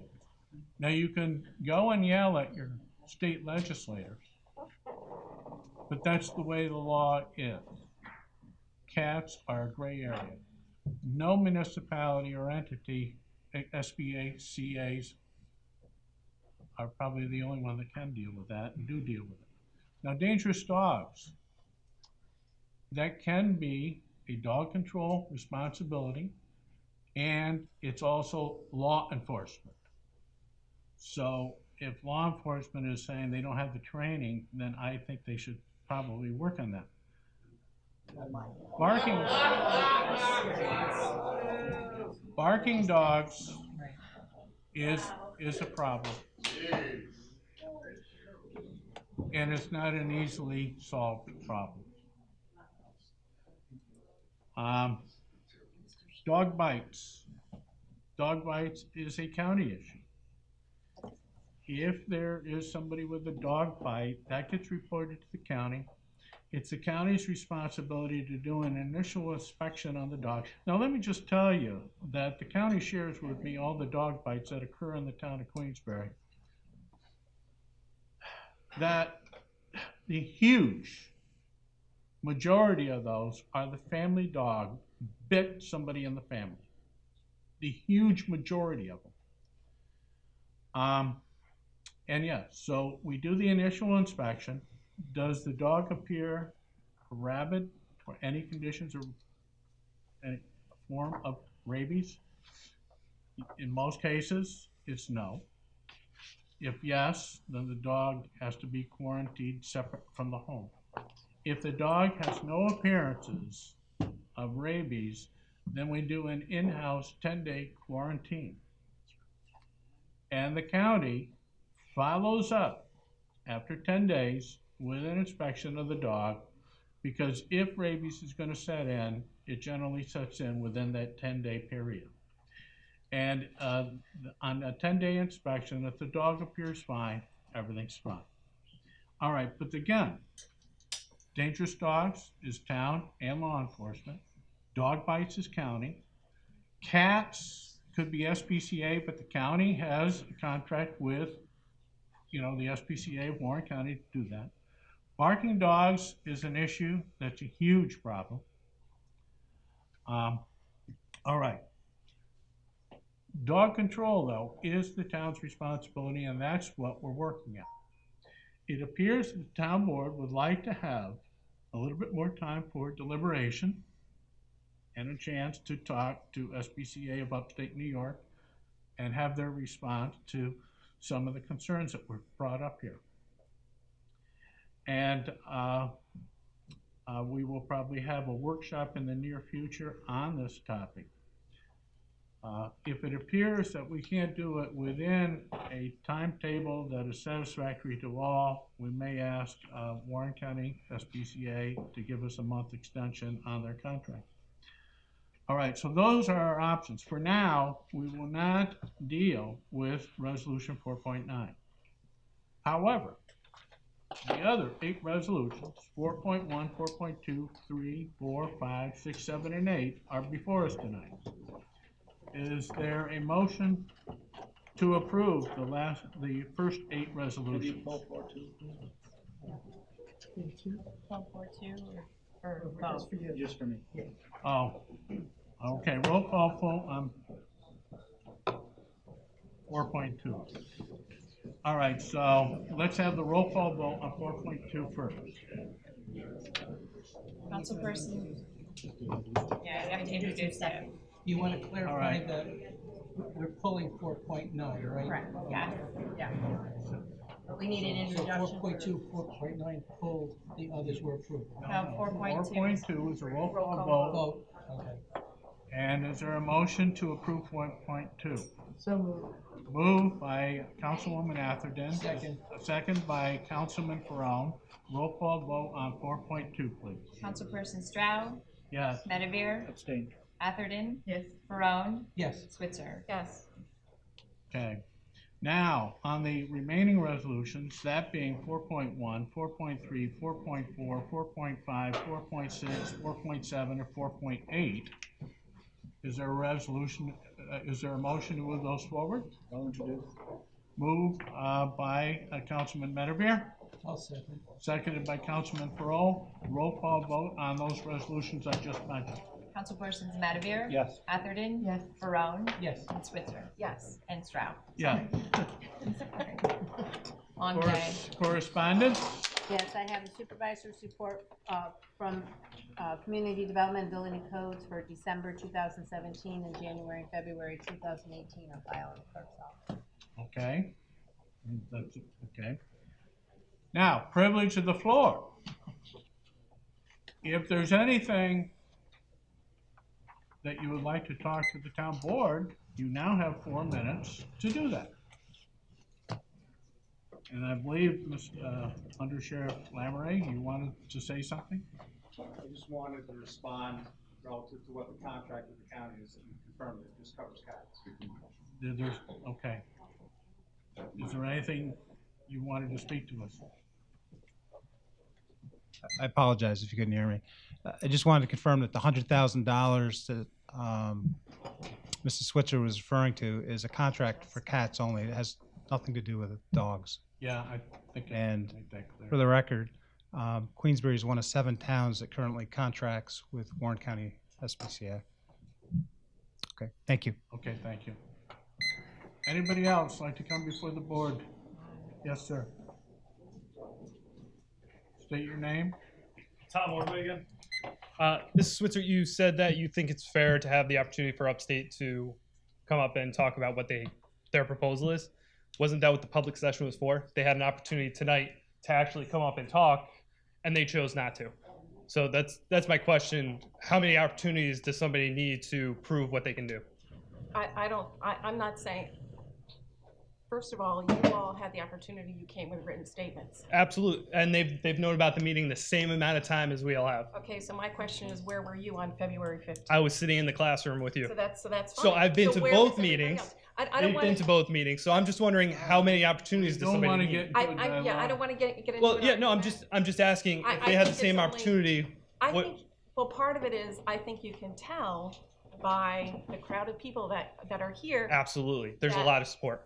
Right, there's a lot of support for Warren County SPCA, and I do think I don't think that they would be given the professional courtesy that they should have been given. There have already been giggles, there have already been laughs, there have already been comments made, and I don't think it's So fair. will the next workshop be open to the public again? All workshops are Okay. open to the public. It will be And published. that'll be published as well? Perfect, I Absolutely. will see you then as well. Yep. Thank you. Thank you. Anybody else? Mr. Wild? Thank you. Again, Mike Wild, Queensbury. It's just a matter of procedure. You were talking about taking this to a workshop. Is that going to be open to the public? Will it be publicized? And will you leave the public hearing open so that there can be more comments once some more information is being brought out? Or are you planning on closing? Is the public hearing closed? We're good? This is not a public hearing. Okay. And Bob, could you answer the question about a public vote on this? Aren't there only certain issues that can go to a public vote? Correct. Well, first, was not a public hearing. The public hearing, the consolidation was a public hearing. Okay. That is something the statute says you have to hold a public hearing. It's a public comment period. People can talk about any of the resolutions, and a lot of people took advantage of that today. The question about voting on a particular thing, the people of the town of Queensbury, including myself, voted for people to get on this board. That is their job to make decisions. There are only certain things that you're allowed to put on referendum to let people have vote for. I am not aware of anything that would place this in that category. The vote wasn't my question, by the way. Right. I understand what needs to be on I the work board. for her. I work for the 5 of them. I figured as long as we were getting into procedural issues and you brought up a That's public fine. hearing, That's fine. people need to understand, again, processes and procedures, maybe a little bit more education for the public so they understand. what Exactly, happens. because my sense is there's still a lot of passion in the community that it Right. just makes sense to allow them to afford them the opportunity to Yep. speak again. And honestly, as Mrs. Seaver said before, we would wish this many people would come on all of the issues and not just on dog control. I feel the same way up at the county. Absolutely. Yep. I wish there was more involvement. But I will say that tomorrow I'll make a few calls. You'll be on my list also. Yep. I'll try to arrange something. I have to go out of town Wednesday, but I will try to set it up as best I can to keep things moving while I'm gone. So thank you all again. Okay, thank you. Anybody else? Thank you. You know, Councilwoman Switzer, you bring up a good point. You hope that more people come and they are engaged, but people are discouraged and they're frustrated. And when you hold a workshop meeting on something that means so much for so many people in a room that holds 12, you get lower attendance. People understand that it's standing room only. People are listening from outside in the hallway. Nothing is even on TV8, nothing's FaceTime, nothing's YouTubed, it's on an old school recorder. That's how you record it and inform the public of what you're doing. So I think it's fair to say the public gets frustrated because they feel like one's being pulled over on them because they can't even get in the door, they can't find a seat, they can't hear what happens, and nothing is conveyed to them. Then you throw the complications of a last-minute workshop on the agenda. Ask the Post-Star, even at the editorial meetings, they've talked about how difficult it is to find out when the meetings are. The agenda gets switched, the times can be changed, and yet you asked the gentleman before me, where was he on that date? Well, that's a rare occurrence that you had somebody sitting in that room with you, which clearly it doesn't even resonate because you didn't remember seeing him there. And I'm not saying you should remember every single person, but what I'm saying is you should make it transparent and accessible to every single person that wants to go before you criticize them for not being there. I don't think that's fair, and I don't think it's what any of you were elected to do. So you can argue with me, I can stand here for the remaining of my 2.5 minutes and we can discuss it, but I would ask, I'm directing my comments to the entire board and not to one supervisor, that you hold your next workshop on an issue this important to the community in this room, where people can hear you, where it could be recorded, where people could feel free to ask questions, and not in a small, crowded, intimidating room where people can't always make it, especially if your meeting is set at 5 o'clock and you're coming out of work, or at 7 o'clock and it goes till 10:30 at night.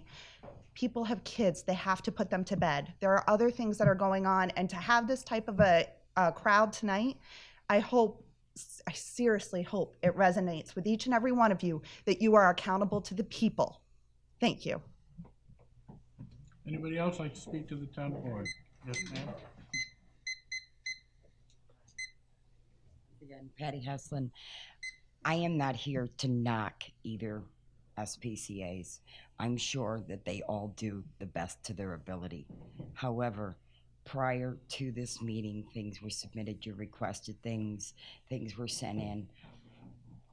I am not knocking them. If they are working for the animals, by all means, I'm sure that everybody's working to the best of their abilities. However, at least consider, one, is it overwhelming if they take on more? Okay, the upstate. Two, what is the benefit for the public and the safety? You have trained people that can do this. Take a look at all the avenues when you make your decisions, please, because, you know, I mean, if you can find things to make it all work, that'd be great. It's about the animals. It's about the safety of people. It's about your taxpayers being safety, their children being safe.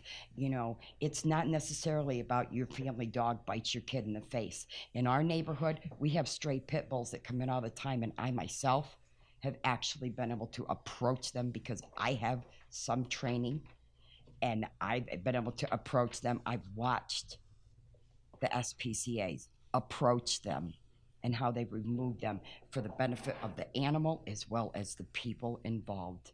Just take in consideration. Don't make a quick decision on behalf of, well, these guys are down and these guys, and it's not. This is about the animals and the safety and the proper things that are done properly and right to keep everybody safe. So please take that into consideration. And I mean nothing, no ill will against upstate, because I'm sure that they're doing the best to their ability. I worked as a shelter worker at Animal Protective Foundation, and I can tell you, it is the hardest job in the world to work with animals and have to decide who's being euthanized, see animals abused by people. You know, there should be more rights for the animals as well, as far as neglect by people. But if they're educated, it may not occur so much. Thank you. Thank you. I just had a question. How many of you have ever visited the upstate animal shelter or stepped inside? Would you leave your dog there? Sure. I would. So that surprises me, because my clients, the dogs that are coming out of there, I am gravely, gravely concerned about the level of care that is going to be offered. The Warren County SPCA, they are trained in how to handle diseases. They've all gone through programs on zoonotics and having to handle anything that happens to keep dogs safe and keep diseases contained. So again, training, very, very important, as well as the housing of these dogs. And if you haven't gone there, I suggest that you put that on your to-do list after your morning coffee tomorrow. Thank you. Thank you. Anybody else? Yes, ma'am.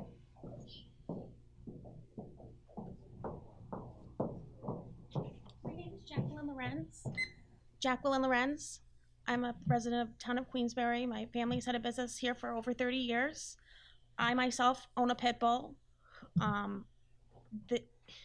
A pit bull could be wonderful, and in a split second, it changes everything. And you definitely need a trained person, professional. You can't just, it's just a different breed. They're weird. So as a new board member of the SPCA of Warren County, I just hope that you reconsider. Okay. Thank you. Anybody else? Yes, sir. How high is the real property transfer law on your to-do list, Mr. Chow? Mr. Salvador, I was going to get to typing the last of the editing today, but I prepared for this meeting instead. I will try and get to it tomorrow. What is the next step? The next step, I think, is to have a public hearing on it. At a town board meeting? Well, I want the new legal team to review it, and then, maybe for the new members, having that as a workshop for discussion would be good, before it came to the floor for public discussion. But it's in the last stages, I assure you. Thank you. You're welcome. Anybody else? Seeing none. Town board discussions. Let's start with you, Tony. You good? Thanks, Ken. Catherine? No, I'm good too. George? Well, the new signal light went in on Aviation Road, and I haven't heard anybody say anything about it, so it must be working the way it's supposed to. It is working the way it's supposed to.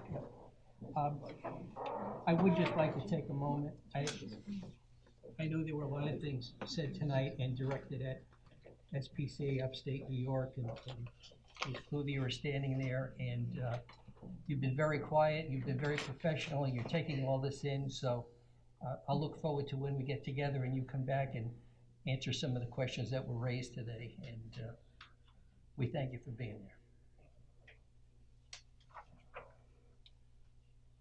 That's it, George? That's it. Jennifer? Just want to congratulate the Queensbury Girls Nordic Ski Team, who became state champs last week at Gore Mountain. And along with them, fellow classmate Hunter Montgomery won a state title in the slalom at Bristol Mountain as well. Some good news maybe you can all take with you, and we can celebrate our youth and our community. Well, anytime one of the local schools that's in the town of Queensbury, like Lake George, Queensbury, we take the New York State champions team, and we offer a plaque and a little ceremony here at the town. So that's forthcoming. The plaque's already underway. Thank you. Okay, anything else? Nope, that's all I have. All right. May 5th. Why is May 5th, or should May 5th be so important to you? Cinco de Mayo. Tire recycle day. All right. It's Cinco de Mayo. It's my birthday. There's two good reasons. But probably more important to you is that it is Household Tire Recycling Day. So if you've got any tires in your garage, here's what you can do with them. Saturday, May 5th, between 8:30 a.m. and 12 p.m. at the Warren County DPW on 4028 Main Street, Warrensburg. Limit 10 tires though. You can turn in your tires. No tires on rims, no cut tires, has to be a complete tire, not a half tire. No salad tires. In other words, they can't be filled with concrete and other material. no excessive dirt, mud, or stones, no tractor, loader, or heavy equipment tires, no tires taller than a 36-inch yardstick. I suppose that's redundant, huh? And so for more information, contact Warren County Soil and Water Conservation District. Okay, so I wanted to make sure that was announced. Real quick, it's only been a week. Supervisors report to town board and community. Tuesday, following the town board meeting, February 27th, we had an EDC meeting, and then I went to a regional sewer study meeting. Wednesday the 28th, we did county meetings. We did interviews for county supervisor at our Warren County Safe and Quality Bicycle meeting. And then the American Legion did something beautiful over in the Salvation Army building in the city. There were a few of those who survived World War II and are still living to tell their stories. Kathy Mastrangelo, Suzanne Canavan, Clara Rudnick, Henry Gurney, Emile Lindstrand were some of the people that were there to share their World War II stories. It was fantastic. March 1st, Thursday, we had a SAVE meeting, Save Lake George meeting. We talked about the trying reducing salt, boat inspections, trying to keep away terrestrial invasive species as well. Such as the aldehyde, which is moving northward and killing the hemlock trees. And then we had a Birdsall Road. There's an issue, and we had a meeting on that. We did a site visit on that. On March 2nd, I was in here working. Sunday, I was in here working. Today, I was in here working, and today we have a town board meeting. So that is the supervisor's report. You like them all that short, don't you? All right. Anything more for the good of the order? All right, I'd like to thank Joel Barlow, our TV cameraman from Look TV, and our sponsors, especially Stored Tech. Thank you, Bob Pafner. Thank you, Karen. Thank you, Caroline. And thank you, board. And thank you, public, for coming and sharing your thoughts with us. We appreciate that. So, is there a motion to adjourn? So moved. Moved. By and seconded. All those in favor say aye. Aye. We're adjourned.